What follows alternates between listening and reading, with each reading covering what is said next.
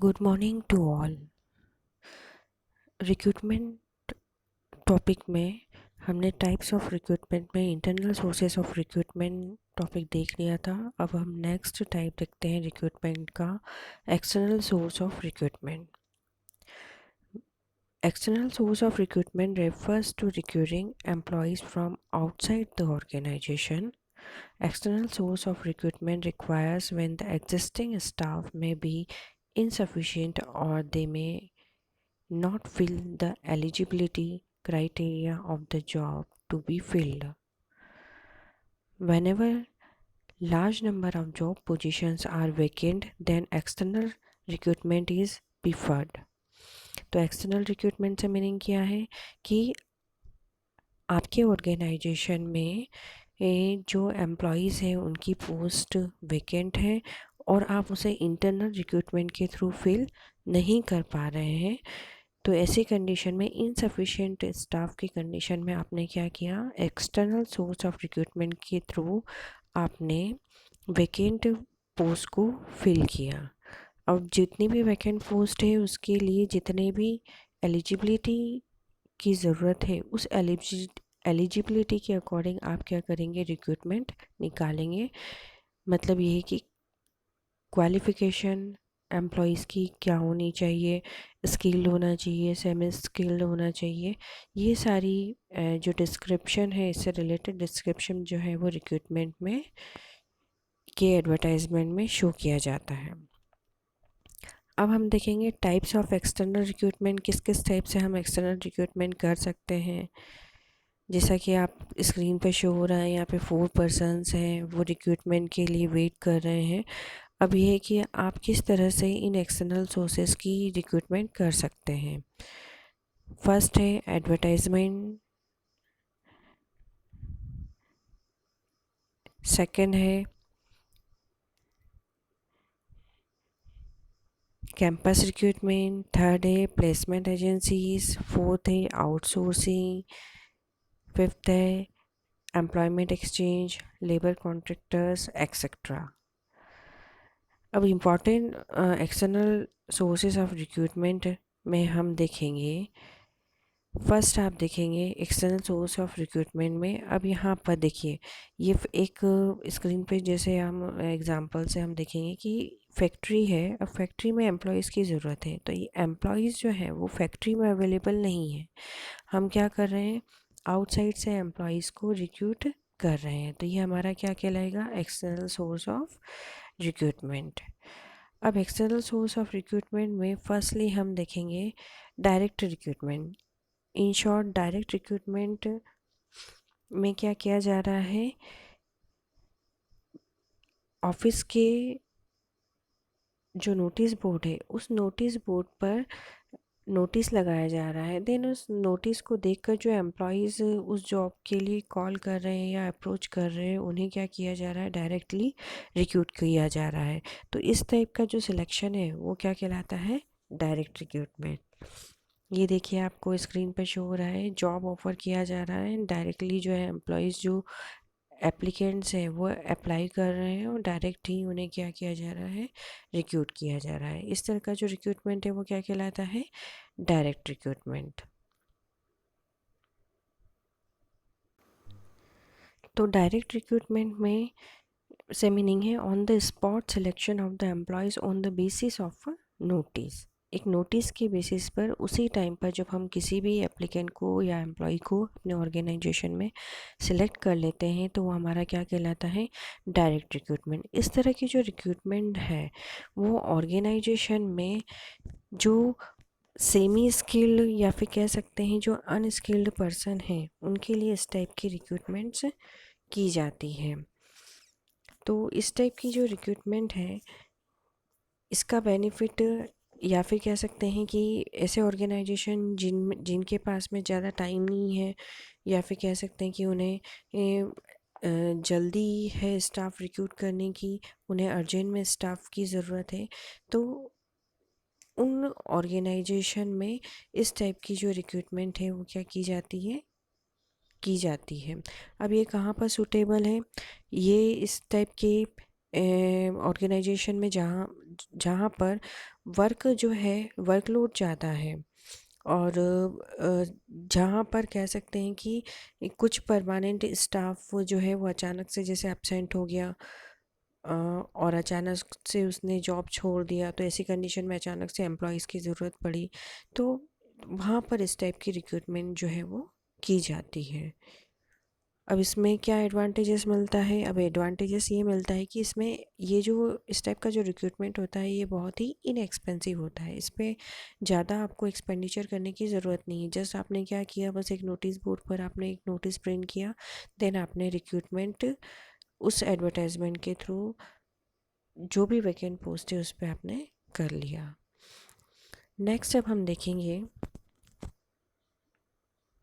Casual callers.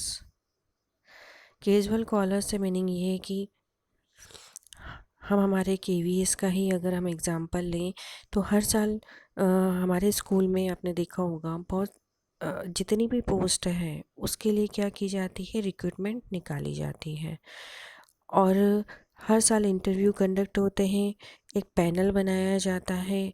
Panel में फिर ये होता है कि जो जो भी जिन जिन भी पोस्ट के लिए रिक्रूटमेंट निकाली गई थी और जिन जिन भी एप्लीकेंट्स ने अप्लाई किया था, देन उन एप्लीकेशन में से सूटेबल एप्लीकेशंस को चूज़ किया जाता है, देन इंटरव्यू कंडक्ट किए जाते हैं, और उनमें से क्या किया जाता है, टीचर्स का सिलेक्शन किया जाता है। अब जो सिलेक्शन किया जाता है, सिलेक्शन बेसिस पर उन्हें ग्रेडिंग प्रोवाइड की जाती है, first second third fourth fifth, इस तरह से जितने भी कैंडिडेट्स ने अप्लाई किए हैं उसके अकॉर्डिंग उन्हें की एक लिस्ट प्रिपेयर होती है, एंड देन पोजीशन उनकी डिसाइड की जाती है कि सबसे पहले किसे कॉल किया जाएगा। तो इस तरह से क्या की जाती है, एक लिस्ट प्रिपेयर की जाती है। देन अकॉर्डिंग टू लिस्ट जब संगठन को ज़रूरत होती है, या फिर कह सकते हैं जब स्कूल में जिस भी पोस्ट से रिलेटेड टीचर्स की ज़रूरत होती है, तब क्या किया जाता है, उन्हें कॉल किया जाता है। अब सपोज़ लिस्ट में जो फर्स्ट पोजीशन पे है उसे कॉल किया जाता है, देन आफ्टर अगर वो उसे डिनाई कर देता है तो ऐसी कंडीशन में क्या किया जाता है, सेकंड जो कैंडिडेट है उसे कॉल किया जाता है। तो कहने का मतलब ये है कि यहाँ पर जो रिक्रूटमेंट है, जब वैकेंसीज अराइज होती है उस कंडीशन में उसके अकॉर्डिंग उन्हें क्या किया जाता है, कॉल किया जाता है। तो जितने भी एम्प्लॉयज़ हैं वो ऑलरेडी क्या कर चुके हैं, उसके लिए एप्लीकेशंस जो हैं वो दे चुके हैं, देन एक वेटिंग लिस्ट टाइप प्रिपेयर की जाती है, और जब जिसकी ज़रूरत होती है तब उन्हें क्या किया जाता है, कॉल किया जाता है। तो इस तरह से कैजुअली या फिर कह सकते हैं या फिर कोई एम्प्लॉय रिटायर हो गया, किसी एम्प्लॉय का ट्रांसफ़र हो गया, या किसी एम्प्लॉय ने लॉन्ग लीव ले ली, तो उस कंडीशन में उस वेटिंग लिस्ट में से टीचर्स को कॉल किया जाता है। तो इस तरह की जो रिक्रूटमेंट है वो क्या कहलाती है, कैजुअल कॉलर्स। मीनिंग देखेंगे, searching for employees from waiting list of casual applicants. तो आपने क्या किया, जो आपके पास में लिस्ट थी उस लिस्ट के अकॉर्डिंग आपने एप्लीकेंट्स को कॉल किया। अब आप देख रहे हैं यहाँ पर जैसे डायग्राम से शो हो रहा है, बहुत of most of the candidate जो हैं ये आपकी एक तरह से लिस्ट बनी हुई है, ये फर्स्ट पोजीशन पर, ये सेकंड थर्ड फोर्थ फिफ्थ, तो इस तरह से लिस्ट पूरी प्रिपेयर है, और जब जिसकी ज़रूरत है देन उसे क्या किया जा रहा है, कॉल किया जा रहा है। अब नेक्स्ट टाइप हम देखेंगे एडवर्टाइजमेंट। एडवर्टाइजमेंट से मीनिंग सिंपल सोर्स है एडवर्टाइजमेंट का, और एडवर्टाइजमेंट से मीनिंग भी आप सभी स्टूडेंट्स को पता है। हम डिफरेंट डिफरेंट टाइप से क्या कर सकते हैं, एडवर्टाइजमेंट कर सकते हैं। अब एडवर्टाइजमेंट जो है वो आप न्यूज़पेपर में भी एडवर्टाइजमेंट आप कर सकते हैं, टेलीविज़न के थ्रू आप एडवर्टाइजमेंट कर सकते हैं, पीरियोडिकल्स के थ्रू आप एडवर्टाइजमेंट कर सकते हैं, जैसा कि यहाँ पर आपको स्क्रीन पर शो हो रहा है कि यहाँ पर एक एडवर्टाइजमेंट किया गया है, किसके थ्रू, न्यूज़पेपर के थ्रू, कि कैरियर अपॉर्चुनिटीज़ है, सीनियर अकाउंटेंट और जूनियर अकाउंटेंट की सच कितने ईयर्स का एक्सपीरियंस उन्हें होना चाहिए, क्या उनकी क्वालिफ़िकेशन होनी चाहिए, कहाँ आप अपना सीवी जो है वो देंगे, सीवी के साथ साथ आपको क्या क्या नेसेसरी जो डॉक्यूमेंट्स है वो आपको सबमिट करना है ना। तो ये इस तरह का जो इंफॉर्मेशन जो एडवर्टाइज की जाती है, देन रिक्रूटमेंट की जाती है, वो कहलाता है एडवर्टाइजमेंट। मीनिंग हम देखेंगे, an effective means to search potential employees from outside the organisation. आप क्या कर रहे हैं, इस तरह से आप आउटसाइड द ऑर्गेनाइजेशन अगर रिक्रूटमेंट कर रहे हैं तो वो आपका क्या कहलाता है, एडवर्टाइजमेंट। नेक्स्ट टाइप हम देखेंगे एम्प्लॉयमेंट एक्सचेंज। एम्प्लॉयमेंट एक्सचेंज से मीनिंग आप देखेंगे, डिटेल्स ऑफ जॉब सीकर्स में बी सप्लाइड टू ऑर्गेनाइजेशन।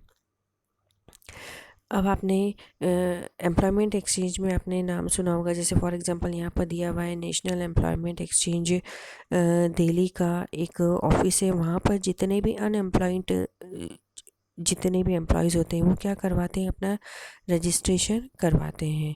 उसमें रजिस्ट्रेशन में पर्टिकुलर उस पर्सन का नाम, उसका पूरा डिटेल, उसकी क्वालिफ़िकेशन क्या है ना, और किस टाइप की वो जॉब के लिए इंटरेस्टेड है। तो ये सारी चीज़ें जो हैं वो वहाँ पर एज अ डिटेल जो है वो क्या की जाती है, रिकॉर्ड की जाती है। और जब इस टाइप की रिक्रूटमेंट किसी ऑर्गेनाइजेशन में की जानी होती है, तब इस टाइप के जो जॉब सीकर्स हैं, या फिर कह सकते हैं कि जिन्हें जॉब की ज़रूरत है, उन्हें इंफॉर्मेशन सेंड की जाती है। उन डायरेक्ट वहाँ से इंफॉर्मेशन सेंड कर दी जाती है। देन अगर वो क्वालिफाइड पर्सन है तो ऐसी कंडीशन में वो ऑर्गेनाइजेशन क्या करता है, उस पर्सन को सिलेक्ट कर लेता है, या फिर कह सकते हैं रिक्रूट कर लेता है। तो इस तरह से क्या किया जाता है, एम्प्लॉयमेंट एक्सचेंज जो है वो किया जाता है। नेक्स्ट हम देखेंगे placement agencies and personal consultants.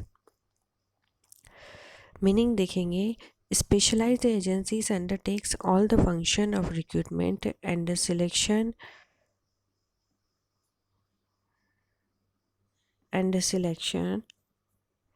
on behalf of the employee। अब यहाँ पे क्या किया, स्पेशल एजेंसीज जो होती हैं वो इस तरह का जो जॉब सीकर्स हैं उनका क्या करती है, प्लेसमेंट करती है। तो इन एजेंसी के पास में क्या होती है, सारी डिटेल होती है जो भी जॉब सीकर्स हैं उनसे रिलेटेड। और ये जो एजेंसीज हैं, ये एजेंसीज उनके पास जो इन्फॉर्मेशन है वो इन्फॉर्मेशन क्या करती है, डायरेक्टली जहाँ पर कैंडिडेट की ज़रूरत होती है वहाँ पर उनका जो बायोडाटा है वो क्या कर देती है, सेंड कर देती है।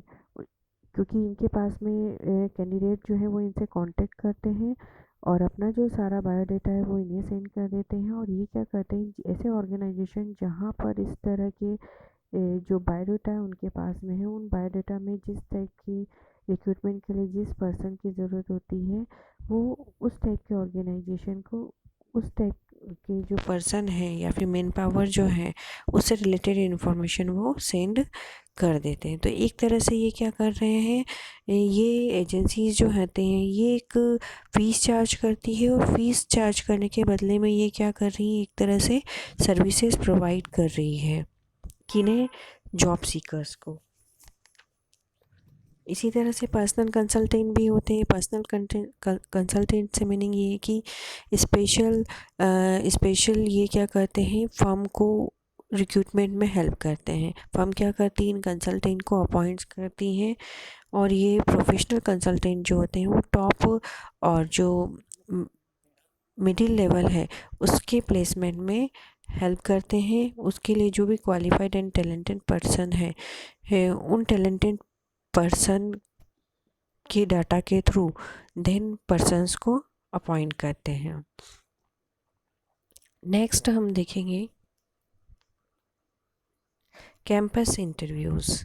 कैंपस इंटरव्यूज़ तो आपने सुना ही होगा, बहुत आप न्यूज़पेपर में भी देखते हैं, आप इंफॉर्मेशन में सुनते हैं कि बहुत सारे कॉलेजेस में कैंपस इंटरव्यूज़ जो हैं वो कंडक्ट किए जा रहे हैं।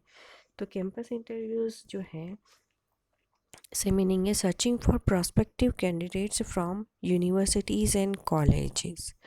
यहाँ पे क्या जाता है, यहाँ पे क्या किया जाता है, यूनिवर्सिटी और कॉलेजेस में डायरेक्टली ये जो ऑर्गेनाइजेशन है या फिर जो कंपनी है वो क्या करती है, अप्रोच करती है डायरेक्टली। वो वहाँ पर इस तरह की जो रिक्रूटमेंट है वो मोस्टली टेक्निकल प्रोफेशनल जो मैनेजरियल जॉब्स होती हैं उनके लिए इस तरह की रिक्रूटमेंट की जाती है।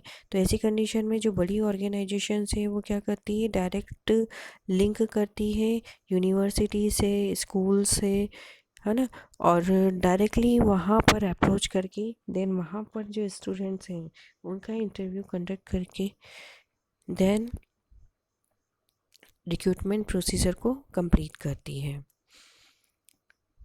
नेक्स्ट हम देखेंगे रिकमेंडेशन ऑफ प्रेजेंट एम्प्लॉयज़।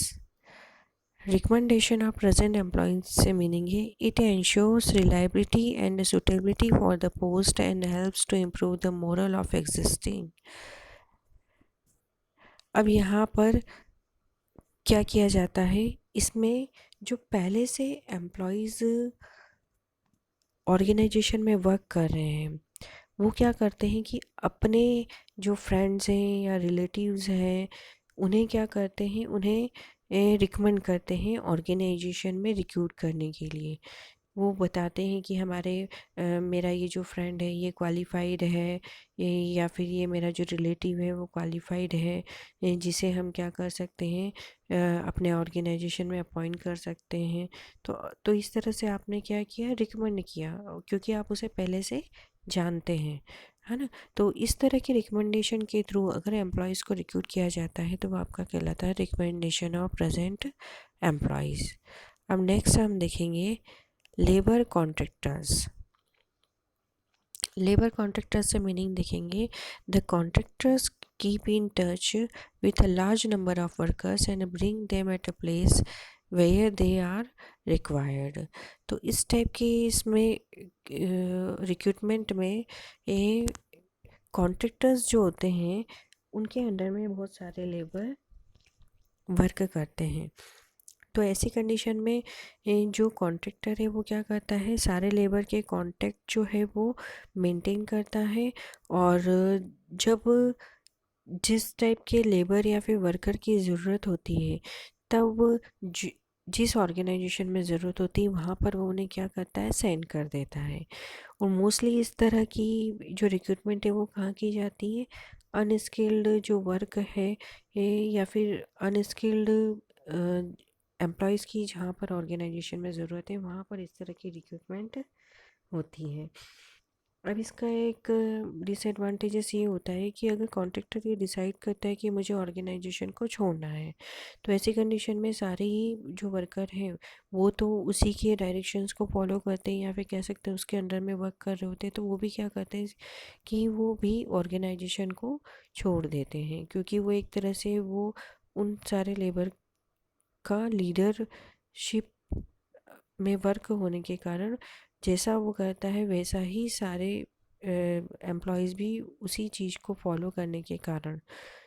तो एक ड्रॉबैक इसका ये है, अदरवाइज़ अनस्किल्ड जो वर्क है उसके लिए इस तरह की रिक्रूटमेंट जो है वो ज़्यादा बेनिफिशियल है। नेक्स्ट हम देखेंगे वेब पब्लिशिंग। वेब पब्लिशिंग में आपने आजकल देखते हैं कि सारे इंटरनेट जो है एट प्रेजेंट कंडीशन हमारी लाइफ में कितना ज़्यादा इम्पोर्टेंट हो गया है। आजकल जो वेबसाइट्स हैं या फिर कह सकते हैं इंटरनेट पर आपने एडवर्टाइजमेंट देखे होंगे, जैसे यहाँ पर आपको गिवन है naukri.com का। ये इंडिया की नंबर 1 जॉब साइट है जो कि क्या करती है, रिक्रूटमेंट करती है। तो ये जो वेबसाइट है इसका फॉर्मेशन ही इसीलिए किया गया है कि इसमें ऐसे जॉब सीकर्स जो हैं जिन्हें जॉब की ज़रूरत है वो क्या कर सकते हैं, अपनी डिटेल यहाँ पर दे सकते हैं, और अकॉर्डिंग टू डिटेल जिस पर्सन को उस जिस टाइप की जॉब की ज़रूरत है देन वो उन्हें क्या करती है, कांटेक्ट करती है और उन्हें बताती है कि किस टाइप के ऑर्गेनाइजेशन में इस टाइप किस इस टाइप के जॉब की ज़रूरत है। तो एक तरह से ये जो वेबसाइट है ये क्या कर रही है, रिक्रूटमेंट कर रही है। यहाँ देखेंगे आप लास्ट में कि किस किस टाइप से हमने रिक्रूटमेंट की है। फर्स्ट हमने क्या की थी, डायरेक्ट रिक्रूटमेंट, डायरेक्टली आपने नोटिस देकर देन एम्प्लॉयज़ को रिक्रूट किया था। सेकंड आपने क्या किया था, कैजुअल कॉलर्स मतलब वेटिंग लिस्ट आपने प्रिपेयर की थी, देन उसके थ्रू आपने क्या किया था, रिक्रूटमेंट किया था। थर्ड आपने क्या किया, एडवर्टाइजमेंट किया न्यूज़पेपर या पीरियोडिकल्स के थ्रू, देन आपने रिक्रूटमेंट की। फोर्थ एम्प्लॉयमेंट एक्सचेंज के थ्रू आपने जो गवर्नमेंट ऑफिसेस हैं वहाँ पर आप एम्प्लॉयमेंट से जो भी अनएम्प्लॉयड पर्सन है वो अपनी बायोडाटा वहाँ सबमिट करते हैं, देन रिक्रूटमेंट की जाती है। नेक्स्ट हम देखेंगे प्लेसमेंट एजेंसीज़। ये इसमें एजेंट्स होते हैं जो कि कुछ फीस लेकर देन क्या करते हैं, प्लेसमेंट करते हैं। कैंपस इंटरव्यूज़, यूनिवर्सिटी और कॉलेज में डायरेक्ट ऑर्गेनाइजेशन जो है वो अप्रोच कर कर डायरेक्ट रिक्रूटमेंट करते हैं। रिकमेंडेशन में आप क्या कर रहे हैं, अपने रिलेटिव्स फ्रेंड्स को आप रिकमेंड कर रहे हैं, देन उस रिकमेंडेशन के थ्रू एम्प्लॉयज़ अगर रिक्रूट किए जाते हैं। लेबर कॉन्ट्रैक्टर्स में एक लेबर यूनियन का जो मेन हेड होता है वो क्या करता है, जिसके अंडर में बहुत सारे लेबर्स हैं, वो उन लेबर्स को जहाँ पर ज़रूरत है देन वो क्या करता है, रिक्रूट कर रहा है। तो इस तरह का कॉन्ट्रैक्टर्स के थ्रू जो रिक्रूटमेंट की जाती है वो लेबर कॉन्ट्रैक्टर्स कहलाती है। नेक्स्ट देखेंगे वेब पब्लिशिंग के थ्रू जब आप रिक्रूटमेंट कर रहे हैं, मतलब इंटरनेट पर वेबसाइट के थ्रू इंफॉर्मेशन कलेक्ट करके जॉब सीकर्स की, देन उन्हें रिक्रूटमेंट से रिलेटेड जो इंफॉर्मेशन सेंड की जाती है वो कहलाती है वेब पब्लिशिंग।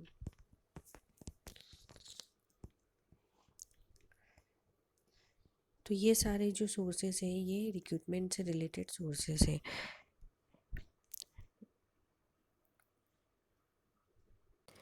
नेक्स्ट देखें हम topic advantages of external source of recruitment. इसमें फर्स्ट एडवांटेजेस है wide choice.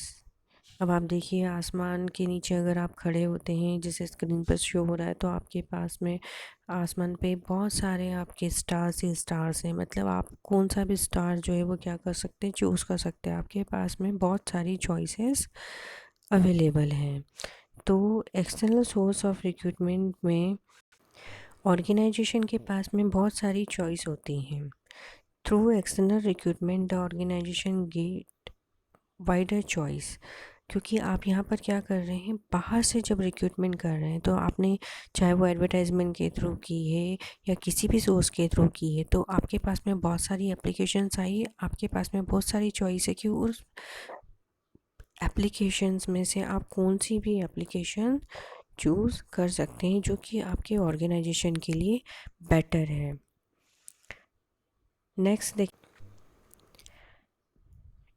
Infection of new blood.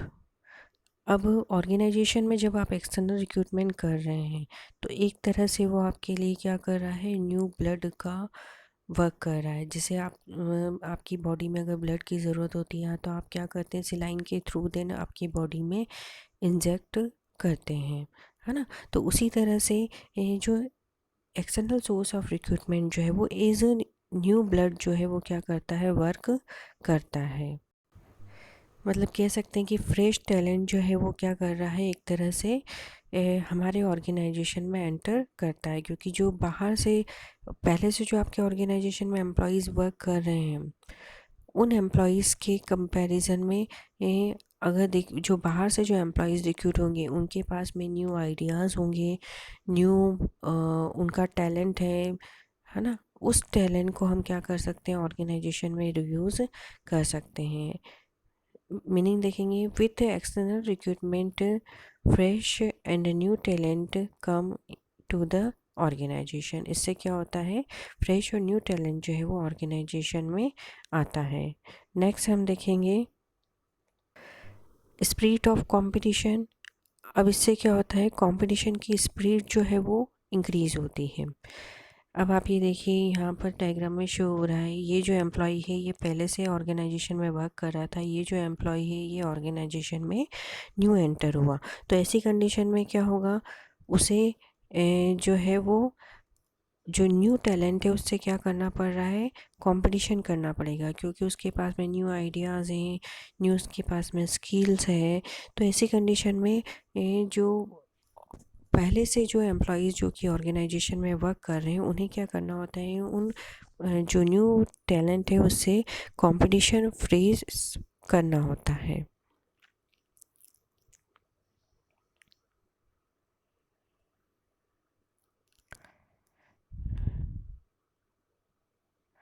हम देखेंगे।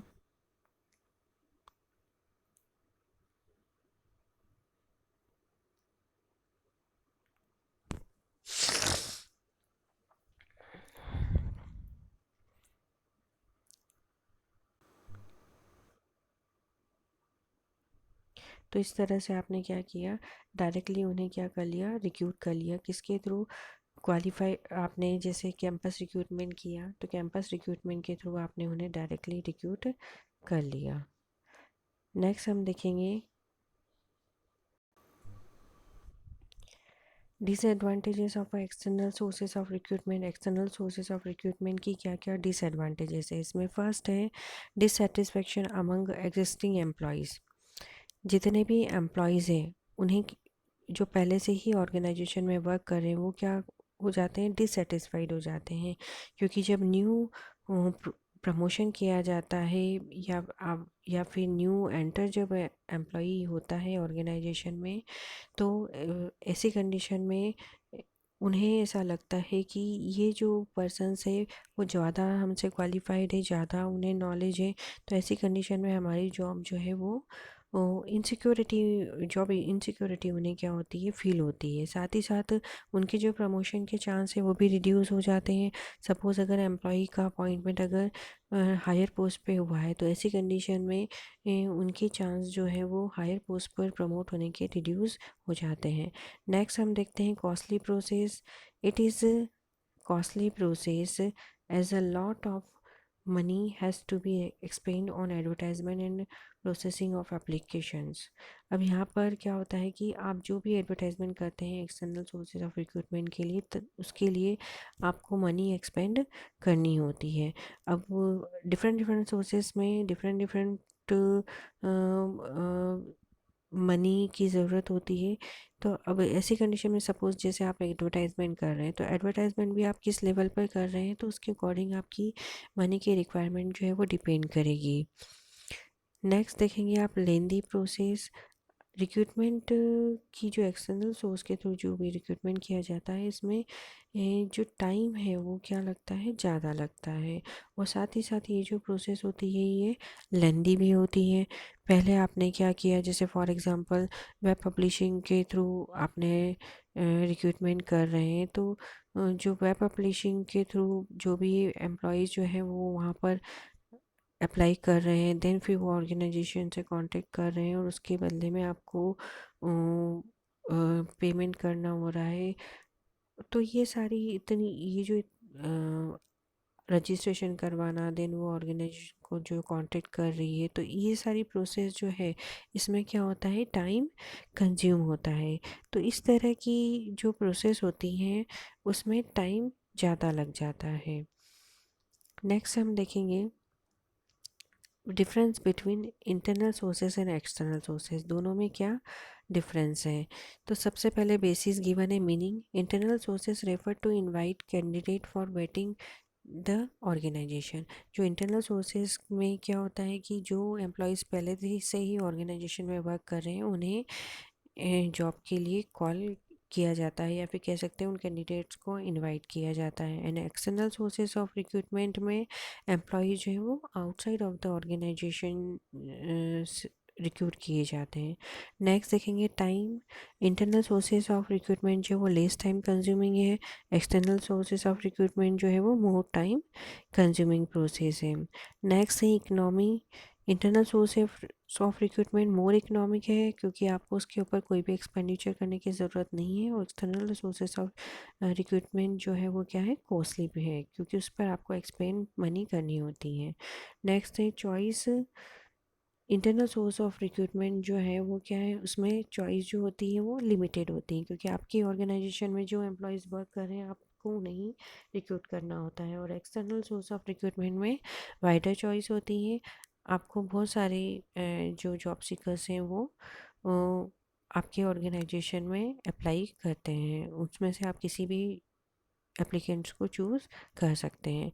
नेक्स्ट डिफरेंस देखेंगे moral of the existing employee. अब इंटरनल सोर्स ऑफ रिक्रूटमेंट में मोरल जो है वो क्या होता है, बूस्ट होता है क्योंकि एम्प्लॉयज़ को पता है कि हमें ही प्रमोट किया जाएगा, तो वो ज़्यादा एफिशिएंसी से वर्क करते हैं। और एक्सटर्नल सोर्स ऑफ रिक्रूटमेंट में जो एग्जिस्टिंग एम्प्लॉयज़ हैं उनका मोरल डाउन होता है क्योंकि यहाँ पर डायरेक्टली उस पोस्ट पर जो है वो एक्सटर्नल सोर्स ऑफ रिक्रूटमेंट के थ्रू रिक्रूटमेंट कर ली जाती है, जिससे उनके प्रमोशन के चांसेस रिड्यूस हो जाते हैं।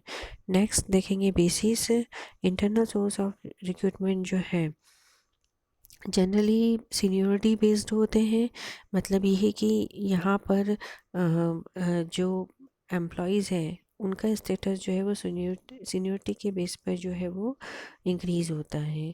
और एक्सटर्नल सोर्स ऑफ रिक्रूटमेंट जो है वो किस पर बेस्ड होते हैं, मेरिट एंड क्वालिफिकेशन बेस्ड होते हैं। मतलब ये कि जो पर्सन जितना क्वालिफाइड होगा, जिसमें जितना ज़्यादा स्किल एंड नॉलेज होगा, और एक जो लिस्ट प्रिपेयर की जाती है उसमें जो सबसे टॉप पर होगा उसके देन अकॉर्डिंग जो है उसका सिलेक्शन किया जाता है। एंड लास्ट डिफरेंस है क्वालिटी ऑफ रिक्रूटमेंट।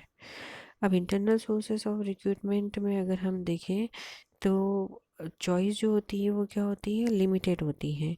तो ऐसी कंडीशन में क्वालिटी अगर देखा जाए तो वो ज़्यादा मेंटेन नहीं हो पाती है। But external source of recruitment में क्या होता है, वाइडर चॉइस होने से क्वालिटी ऑफ रिक्रूटमेंट जो है वो क्या होती है, अच्छी होती है। तो आई होप आज का टॉपिक आपको अच्छे से समझ में आ गया होगा। नेक्स्ट वीडियो में हम नेक्स्ट टॉपिक देखेंगे। Thank you.